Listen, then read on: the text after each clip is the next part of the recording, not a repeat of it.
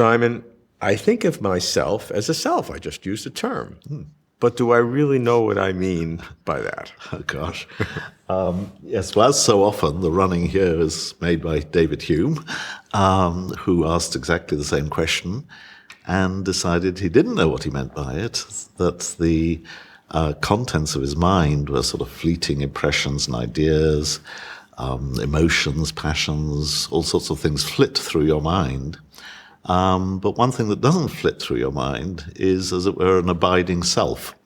That's not given to you in experience. It's not there in your field of vision. It's not there in the way that your body is there, say. So your self seems to be a sort of abstraction. It's a sort of nebulous thing. Now, of course, this has enabled people at different points in history or with different kind of general views to think in terms of their selves floating free of their bodies. Their self might be something that survives bodily death. Their self might be some kind of non-physical, non-visible, sort of gaseous thing which lives in the middle. And Hume wasn't having any of that. He was an empiricist. He said, no, if it's not there in experience, it's not there at all. So he decided that you were basically nothing but a bundle of perceptions or cognitions, experiences. All of those are fleeting, but together they make up a crowd, and that crowd is you. You're nothing but that crowd of perceptions. It means you don't really own your experiences. You're partly constituted by your experiences. So this is sometimes called a no-ownership theory of the self. Now, I think the next greater sort of advance was made by Immanuel Kant, who came along and said, that won't do. Basically, we need some conception of ourselves, and we can't just do without it. We can't let the self disintegrate in the way that Hume had done. And so Kant saw the self more, well, I like to think of it as an organizing principle. That is, the cognizing brain, you yourself, sort of manage to construct a history, or you construct a biography. And I think you have to do that. So let me give an example from software terms.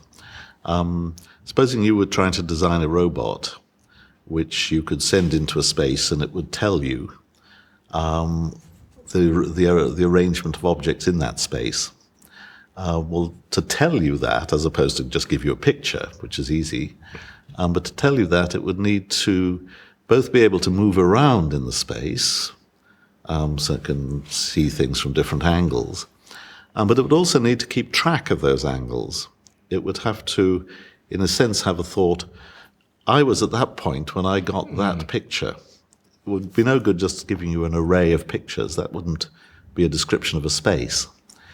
So the idea is that you've got to think in terms of yourself as a subject that persists through these different picturings in order to get an organizational take on the world, a take which enables you to describe the layout of the world, whether things are changing, whether things are staying the same, whether you're changing or whether it's the world that's changing. And you need, in other words, to integrate your perceptions, you need an organizing principle. And the self, or the I, Kant said, it couldn't do that job if it was another item in your visual world, another item you saw. That would be like having a blob permanently in front of your eyes, or having a drone going on in the background. And that wouldn't do it. To organize your experience, you have to think in terms of an abiding subjective experience set against the world it's experiencing. And you're defining that as an organizing principle as opposed to a little homunculus living in my brain that has some non-physical character. That's right, exactly. The great mistake is to anthropomorphize the self.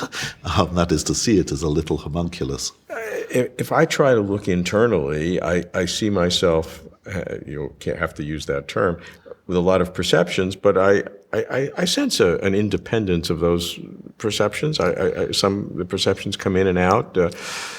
I I can see how you may say that I'm just a bundle of these perceptions, but I feel myself something more. Am I fooling myself? Probably not. I think one thing that Hume misses out, or he doesn't concentrate on, or but Kant did, is also agency. You see, you feel yourself able to do things. You can initiate courses of action. You can follow out intentions and plans. And there we do have a sense of ourselves taking control. Now, of course, if you look into the neurophysiology of it, you won't find a self. You find a lot of cells with their multiple interconnections and different regions of the brain, which are causally involved in different activities. But again, the only self you find is actually the living body, the animated body. And I think that any conception of oneself as somehow going beyond that is I think, fallacious. Is there an articulation between the concept of self and what it means to be a person, the way we define the concept of person? Are the two terms synonymous, or can you tease them apart? I think you wouldn't be aware of yourself as a person unless you wouldn't be able to think in terms of your own responsibility or your own doings as opposed to other things, or your own movement as opposed to the world rushing around. Unless you had what's sometimes called a higher order consciousness, a consciousness which enables you to take a sort of step back. And it's a self-consciousness. Well, is it, or is it just a step back? I don't think it's a self-consciousness in the sense What's in the which... difference?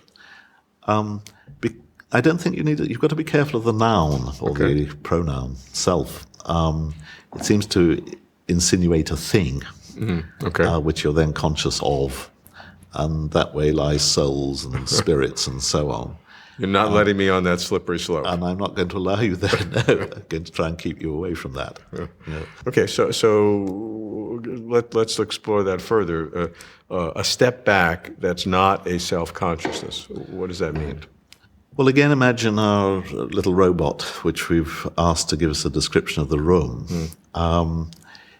The description might be something like, there are 2 armchairs, let's suppose that. And you suppose you can ask it, and it can intelligently reply, why do you think there are 2 armchairs as opposed to 1 armchair seen twice from different positions? It's going to have to be able to give an answer like, I moved around, or when I had my back to the 1 armchair, I could see the other one. So there must be 2. If it can't do that, it can't give you a reliable geography of its environment. And the idea is that a program which enables it to do that is going to give it the noun I. It's going to give it the pronoun I as a kind of egocentric device. It's a device for centering the world on its own position. But all you need is a robot and a position. You don't need a self.